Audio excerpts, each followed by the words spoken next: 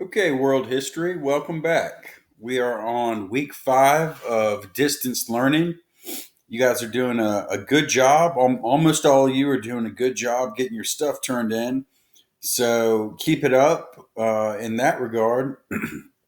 We are under the gun time wise, which means we're going to have to pack a lot of years into a short amount of time.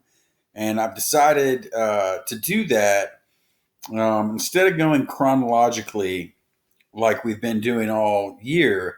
I'm going to break it up, and we're all these events, all these topics will be taking place.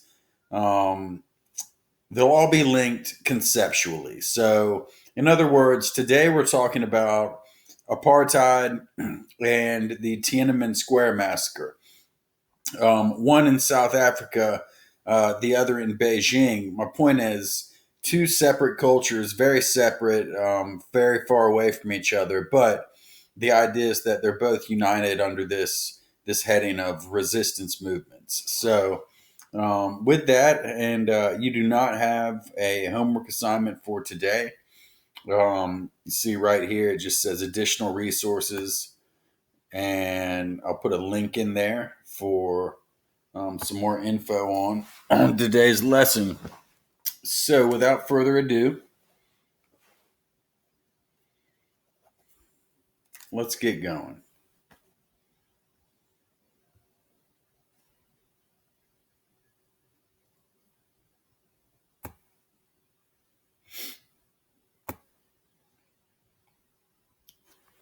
First, we're going to start in South Africa, and we're going to talk about apartheid and resistance to apartheid.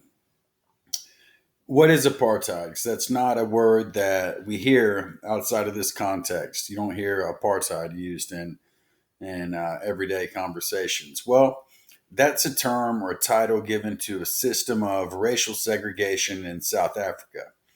Apartheid lasted for a long time. It was from 1948 all the way until 94. So this was taking place, um, and I was already 9 years old. So I know I'm old, but this isn't some black and white uh, old timey thing. It has its roots in the post World War II era. But anyway, my point is just that it lasted a long time. So why was it created? Well, to keep black South Africans down. It was meant to keep economical and political power with people of English descent or heritage, former colonizers.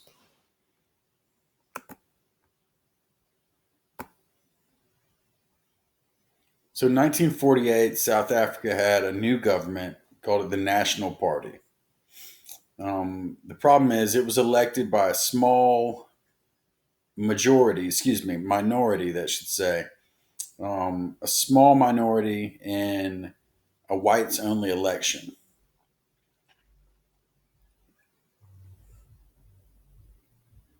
So after the victory of this national party, um, the growth of that mindset, of that racist mindset, was, as it says here, followed a steady increase in black migration to the country's towns. In other words, it was kind of a backlash to the arrival of the black South African community. That migration led to a fear of black domination among minority whites, the Afrikaners, Afrikaners,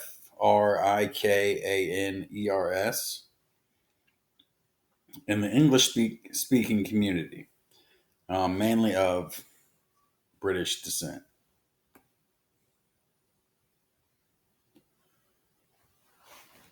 This is from the Apartheid Museum in South Africa. The white government of South Africa created laws to keep land and wealth in the hands of whites. They created this system um, in which South African society was broken up into groups based on race. So whites, blacks, what they called coloreds, and Asians.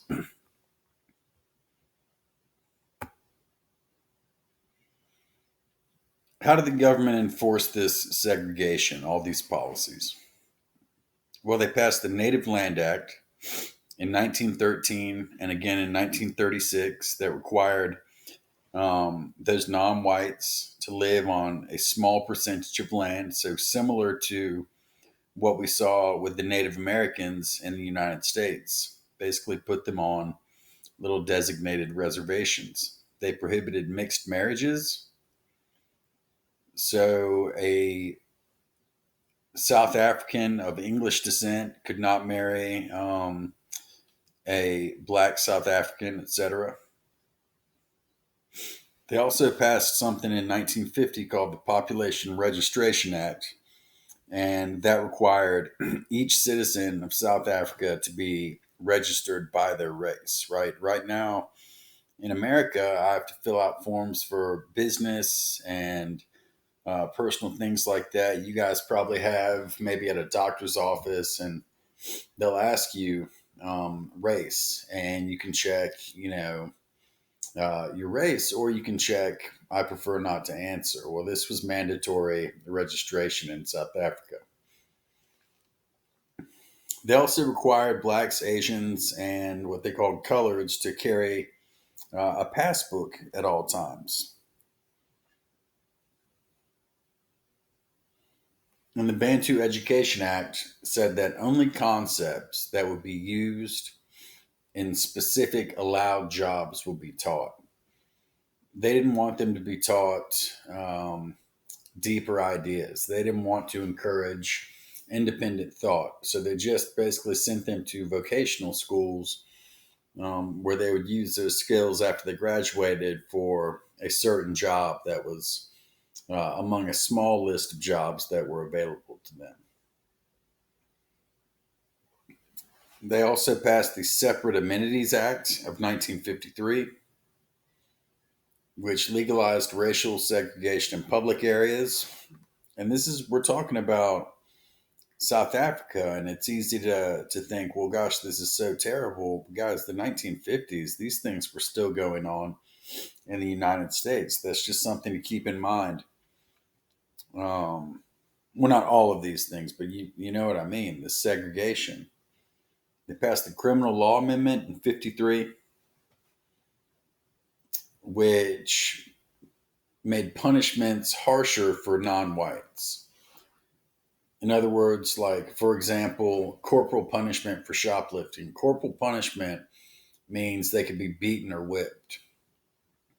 Fun fact, by Georgia law, it is still legal to use corporal punishment in school. But as we just learned in government class, city and county laws in certain areas and school board laws supersede that state law. So, anyway, certainly a rule that should probably be taken off the rule book, but technically it's still there. Then they passed the Native Labor Act of 53, and it banned blacks from going on strike.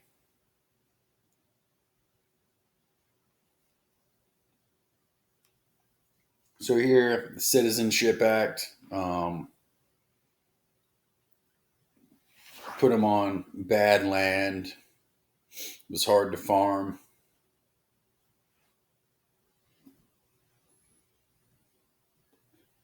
And resistance was struck down. It was struck down very harshly and violently. People were killed or jailed.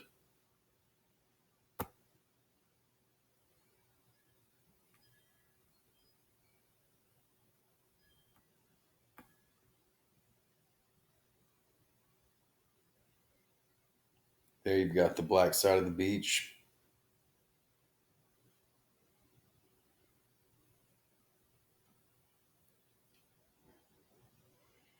Natives, Indians, coloreds. If you enter these premises at night, you will be listed as missing. Armed guards shoot on sight. Savage dogs devour the corpse. You have been warned. My goodness.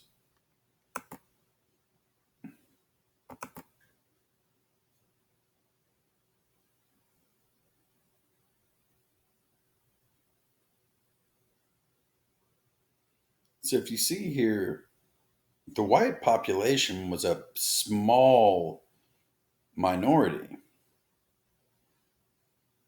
Blacks, there were 19 million, only 4.5 million whites. So the whites were scared.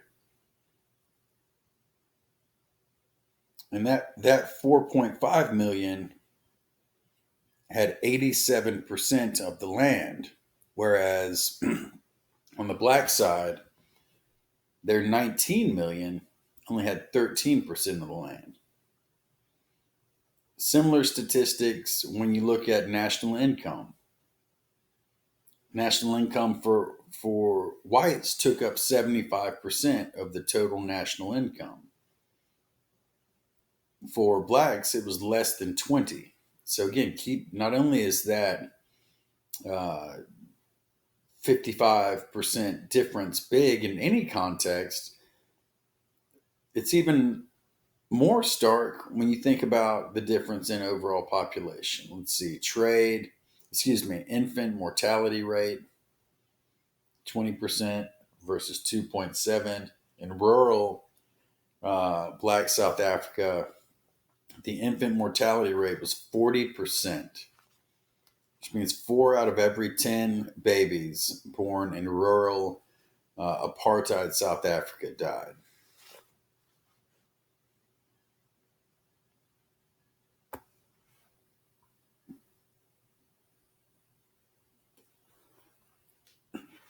In the 70s and 80s, civil unrest, sanctions, all these things, uh,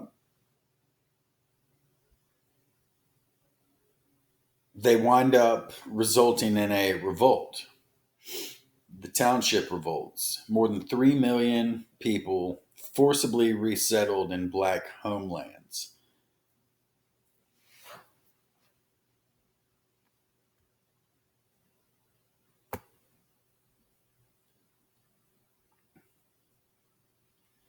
So when they enacted the apartheid laws in 1948, it officially made racial discrimination institutionalized. In 1950, we already read that part.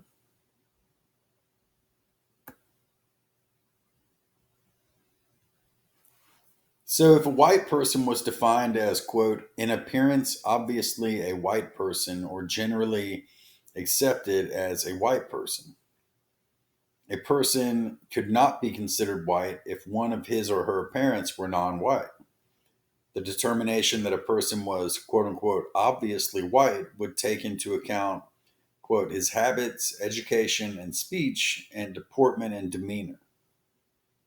A black person would be or of accepted as a member of an African tribe or race, and a colored person was one that was not black or white. These classifications were handled by an organization or a department called the Department of Home Affairs.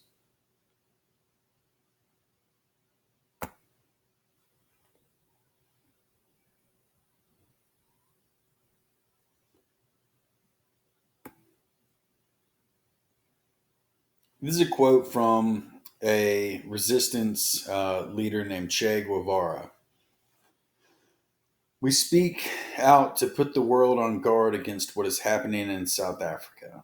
The brutal policy of apartheid is applied before the eyes of the nations of the world. People of Africa are compelled to endure the fact that on the African continent, the superiority of one race over another remains official policy, and that in the name of this racial superiority, murder is committed with impunity.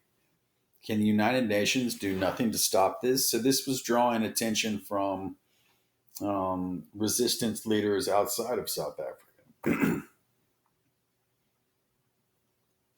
Caused a lot of internal resistance and a lot of violence in South Africa.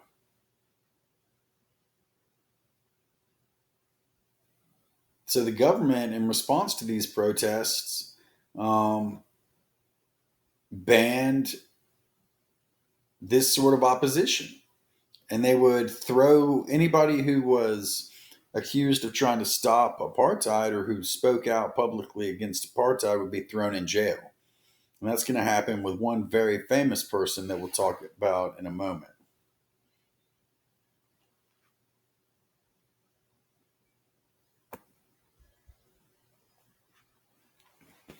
They tried to reform apartheid in the 1980s. And in 1990, President Frederick Willem de Klerk started negotiating to end apartheid, culminating the multiracial democratic elections in 1994, which were won by the African National Congress under Nelson Mandela.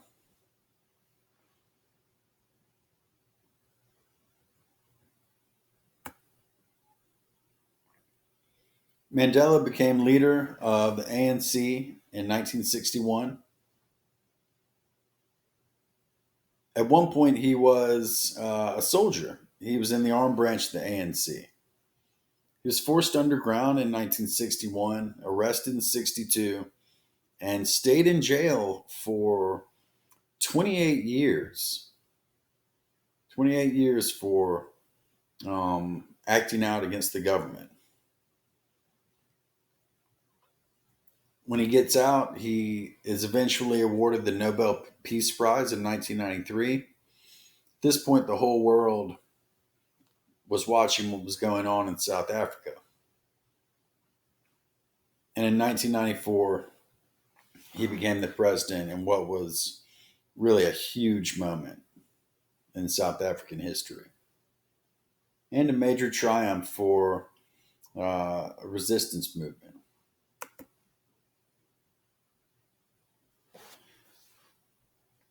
Apartheid, eventually, other countries started placing embargoes on South Africa as a way of acting out. If a country, before a country goes to armed battle, usually if they have the ability to, um, they'll withhold finances or they'll do something to hurt their opponent or the other country's economy. So other countries, European and America, who did not feel inclined to send the army in, instead they put embargoes that hurt the economy of South Africa and forced South African leadership to open up to a change.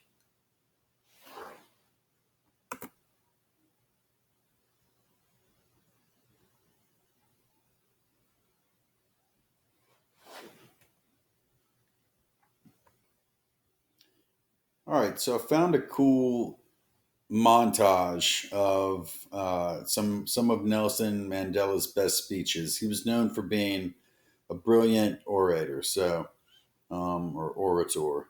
So let's get going. We're gonna watch this, and you do not have an assignment due from today. I will talk to you guys tomorrow, but stick around and watch Mandela. You'll find this, I think, pretty captivating. Fought very firmly against white domination. I have fought very firmly against black domination. I cherish the idea of a new South Africa where all South Africans are equal. For anybody who changes his principles depending on whom he is dealing, that is not a man who can lead a nation.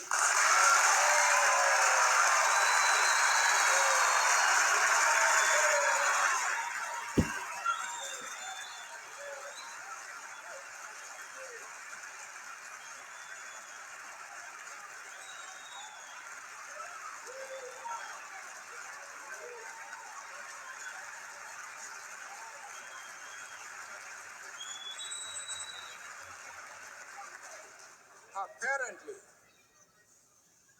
Mr. Copper, you have not listened to my argument. If you have done so,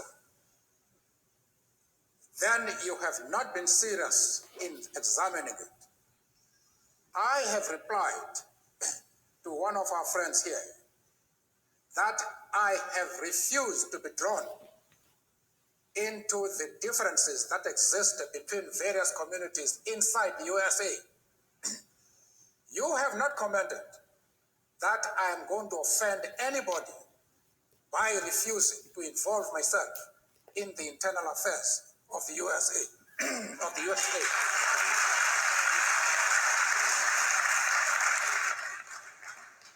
Why are you so keen that I should involve myself in the internal affairs of Cuba and Libya? No. I expect you to be consistent.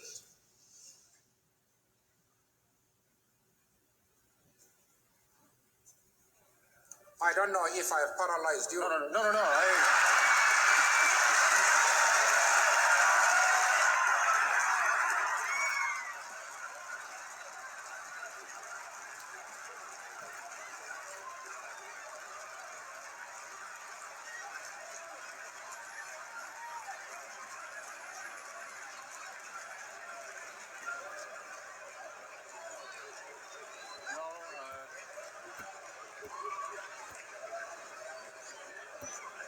You liked that one. That was a pretty good burn.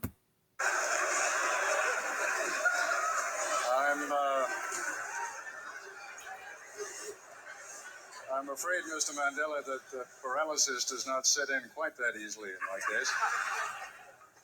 The point,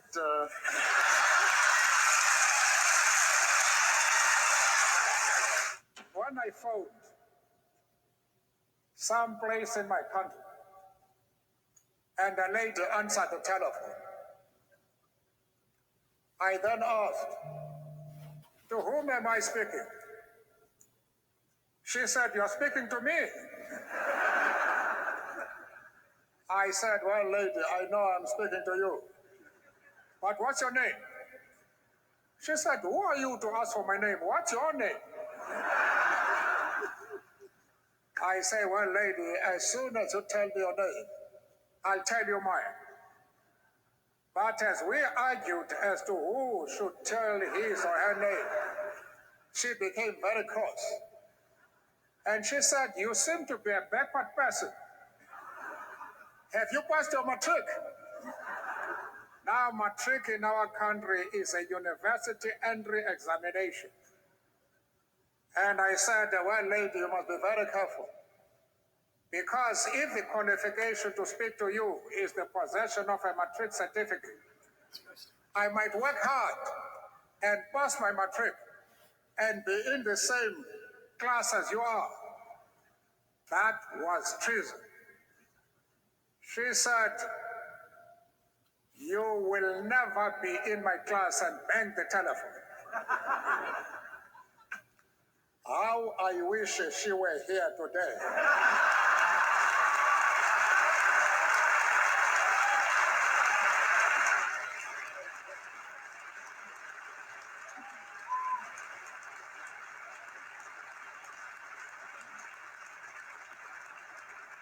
She would now discover that I have achieved more than pass my matric.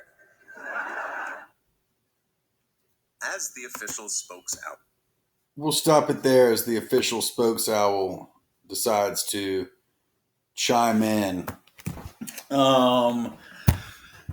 So with that, guys, we're going to go ahead and wrap it up. I will talk to you guys tomorrow. We didn't get a chance. Well, I'll give you a little. No, we didn't get a chance to talk about Tiananmen Square today, and it's a little too late to start it now. So we'll talk about that tomorrow. It took a little bit longer than I wanted it to today, but that's all right. We'll just do double time tomorrow. So good job, guys. Keep it up. I will talk to you soon. Be nice to your parents, your siblings. Stay safe.